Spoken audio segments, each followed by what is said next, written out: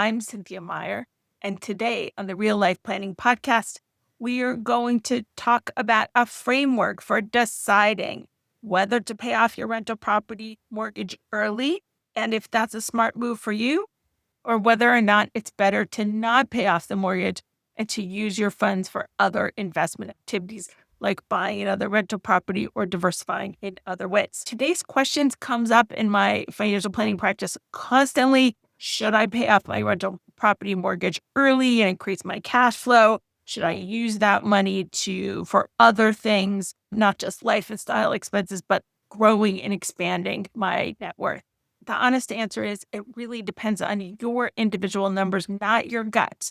And so that's exactly what we're going to do today is we're going to talk about how to think about this, how to set this up in your mind so you can run the numbers that make sense for you and understand not just the math, but the trade-offs of the situation so you can make your own call. All right. So before we get into this scenario, I want to invite you to reframe how you're thinking about this entire decision. Most investors in general think about paying off the mortgage as a savings decision, but it's not. In real estate, it's an investment decision. And it's a decision in a rental property business that can really shift how your business does over time. If you send an extra $1,000 a month towards your rental property mortgage, for example, you're not saving $1,000, you're investing $1,000. I want you to think about it as you are investing that $1,000 at the return of the interest rate on the mortgage. So if your mortgage is high, it's 6.5% or 7%, for example, and you are putting $1,000 towards that principal, you're getting a 7% return and what you don't have to pay on the mortgage. That return is not going to change. Your return is always what your mortgage rate is. So you can think of it as a bond-like return that's paying you that percentage because you're just paying down your own liability. So the question isn't really, do you want to pay off the debt? Is my mortgage rate return on my dollar the best possible return for me in this situation, or is something better available? And so when you weigh that decision, there's two components to it, right? One is the good rate of return, right? So it's a totally different decision paying off a mortgage that is 2.875% and a mortgage that is 7.5%. And then two, is it the best possible use of my money? So let's start with the case for paying the mortgage off early. When does this actually make sense? Because it absolutely does in some circumstances. So circumstance number one, when it makes sense to pay the mortgage off early, is your mortgage rate is high compared to your other investment options. So if you financed your property a few years ago and maybe you got a DSCR loan, you could have an 8 or even 9% loan rate, and paying down that mortgage is probably a pretty strong move. It's difficult to get a return of 8%, for example, after taxes on any type of investment. A return that you're going to lock in at that 8%, for example, with zero market risk, that's hard to beat. If you've got a really high mortgage rate and scenario number one, it may make sense to pay it down, but not always. So we're going to talk about that. Scenario number two is you're nearing retirement and you're trying to increase your cash flow. And rather than paying the mortgage every month, you'd like to be able to estimate a higher cash flow coming in every month to pay your expenses in retirement. There can be a psychological value, not just a financial value, for being a low debt or completely debt-free, including your mortgages in retirement. That may make sense just to increase the cash flow and get a better yield off your real estate investment in terms of current income. If you're in your 60s or 70s and you have multiple rental properties, that you may decide you want to shift the goal from growth to just maximizing cash flow stability. And so in that second circumstance, it may sometimes make sense to pay off your mortgage early. Now, I would say if you have a teeny tiny little mortgage rate and you're in the twos or the threes, for example, you could probably do better than that in this environment, just in leaving it in a high yield savings or a money market fund. So that may not get you the biggest bang for your buck. But again, it's a personal decision and it's not just financial. Scenario number 3 is that the property has a weak cash flow and you want to reduce the risk of that. So maybe you're just skating by, the property is cash flow neutral or just barely cash flow positive, and changing your capital structure so that you have lower debt or no debt against that rental property may help you maintain the property over time. So a scenario where that might make sense, for example, if you own rental property within a self-directed retirement account, you would have taken a non-recourse loan if you bought it with a loan, and those rates are very high. Maybe it's not cash flowing too well. Using some of the cash that is spun off to pay down the mortgage in your self-directed retirement account, that may make sense. So scenario number 4 is that you just don't have anything better to do with the money. People think, oh, of course, there's always something better to do with the money. But not everybody wants to buy more stocks. Not everybody wants to invest in a business. Not everybody wants to buy more rental properties. In that case, if you're not in growth mode anymore, you may have evaluated your options pretty honestly and concluded that you just don't want to take on a new project. You don't want to take on a new property. You don't want to invest more in the securities markets right now. You're maxed out. So then having a low stress, targeted return investment like paying off your mortgage may be a perfectly fine choice. It's not the only path, but it is a legitimate one, and don't discount it if it matches your actual goals. So again, the cases for paying it off early are your mortgage rate is high relative to your other investment options. 2, you're nearing retirement and you want to reduce risk as you age. 3, the property has a weak cash flow and that you're looking to make sure you have enough liquidity to pay the expenses of the property. This is particularly important, by the way, if you own properties in self-directed retirement accounts where you can't contribute anymore to them. And scenario 4 is you don't have any growth goals for that capital. And so rather than applying it to growth, you're just going to apply it towards reducing leverage in your portfolio. Conversely, what are some good reasons not to pay off your rental property mortgages early? The first one is the opportunity cost. This is really the heart of the debate. If your mortgage is 4 or 5%, for example, and you have access to a better use for that capital, could be making a down payment on another rental property, could be maxing out your 401k or doing a backdoor Roth IRA, could be applying that money to college savings or investing it in your own business. If you've got a better use for that capital and your real estate is doing fine and it's cash flowing, most people aren't going to pay off their real estate mortgages early. It's very unusual. Real estate investors love leverage.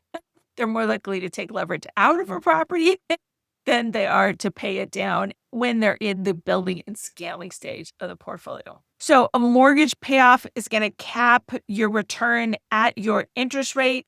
And a new acquisition, a new rental property, for example, doesn't necessarily have a ceiling. It has more cash flow, more appreciation potential, and all those things are working together simultaneously. So deploying your capital in another growth investment instead of just capping your return at whatever your mortgage interest rate is the trade-off here. The second major factor in not paying off your rental property mortgage is that when you add leverage to an investment, you have the possibility for increasing returns. So it's not your money that's paying the mortgage, it's the rent that they're paying that's paying the mortgage. And that's what makes real estate leverage work in your favor. So if you hurry up and eliminate that too soon, you're eliminating the magic thing that really makes real estate outperform as an asset class over time.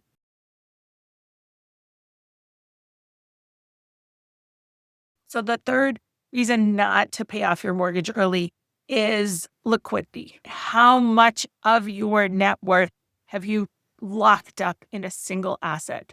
once you have invested in a piece of real estate, to get that money out of the property in a sale or a refinance, it takes a while. It's not like you can just turn around the next day and sell it. It's not like you can turn around the next day and refinance it. It takes time. The market may move against you in that interim period of time. Your income circumstances may change over time. You may not be able to get the same mortgage depending on the type of property that you have. You could have a long period of vacancy or a pending eviction or something that would affect the cash flow of the property. From a risk management point of view, it can be when you pay off the mortgage on a large and expensive property, that could add risk as opposed to take risk away from your total real estate portfolio. Liquidity risk is a real thing.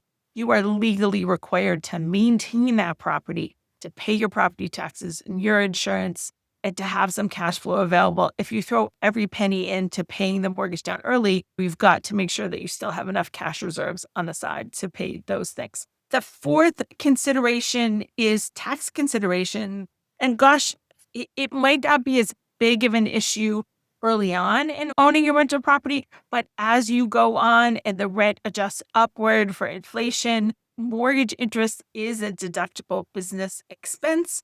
And so it does directly offset your rental income. If you're still in the high earning stage of your career and you have other income besides your real estate, this is a more important factor. You don't want to have a lot of surplus rental income that is taxed at the highest dollar of your salary, for example. So this is rarely a deciding factor on its own, but it definitely is a contributing factor to the decision. Just to recap here, the case against paying it off early, number one is the opportunity cost. This is really the heart of it. Number two is that leverage is the entire reason that real estate does outperform over time as an asset class. Third is the overall liquidity, and this is an important one. You don't want to have too much tied up in an illiquid investment or you're going to add risk to the total portfolio. And then finally, tax considerations. Although this isn't the only consideration, eliminating that mortgage interest deduction may often, if you're a high earner in the high earning years, may often put you in a disadvantageous tax situation. You do need to keep a cash cushion for each property that you own because vacancies do happen. Casualty events do happen. Sometimes the property isn't habitable for a while or a unit isn't habitable. And you may have a situation where you have a pending eviction and it could be a long time before you get paid. So you've got to keep lots of liquid capital around. You can't just use every dollar to pay down that mortgage. And then your own personal risk tolerance. It's something important to look at. And if you are a risk-seeking person, you may love the idea of keeping your rental property as leveraged as possible so you can use your capital for other goals. And if you are a generally risk-averse person, you may like the idea of having the lower risk of not having too much of a loan against your property. So how do you decide? So a couple things to think about. One, what's your interest rate and realistically what is available elsewhere? If your rate's high, I would say in this market environment, 7% or more, it could be attractive to get that yield by paying down mortgage over time, as long as the increased cash flow doesn't mess up your taxes. Question number two is how much do you have in cash reserve for each rental property across the full portfolio? If you're sitting on a thin cushion, you have to prioritize building cash reserves for your property first before you pay off a single extra dollar of mortgage principal. Obviously, you keep making your regular payment. Then check your concentration. If you have a lot of your net worth tied up in one or a few properties, tied up in equity of those properties, you may be adding risk to your portfolio by making your total wealth more concentrated. Question number three is what stage of life are you in and what is the related goal? If you retired or near retirement and you're not looking to build and scale anymore, you're looking to maximize cash flow, you might lean more towards paying down rental property mortgages. If you're in the building and scaling stage, you're probably not going to pay them down. And then finally, question number four is what's going to help you sleep more at night? As a financial planner since the 1990s, I can tell you that people often go awry where they ignore their gut instincts and they try and take on more risk or less risk than they're personally comfortable with. And then they end up making the wrong decision at the worst possible time. So if paying off the mortgage would help you sleep better at night, and it's not just theory for you, there might be some psychological value, not just mathematical value about paying down debt. Some people just don't want to have any debt at all. And conversely, if you are a risk seeker, if you are looking to build and scale with optimum speed, you're probably going to set a target leverage ratio to your real estate portfolio, and you may be refinancing and taking some capital out and putting it to work elsewhere. So let's bring it together. If you're considering paying off your rental property mortgage early, run your numbers, try and discuss them with somebody else, like your real estate financial planner or a real estate savvy CPA, running the pros and cons in your particular situation, and you can make the best possible decision for you. So keep building. I'm Cynthia Meyer with Real Life Planning. See you next time.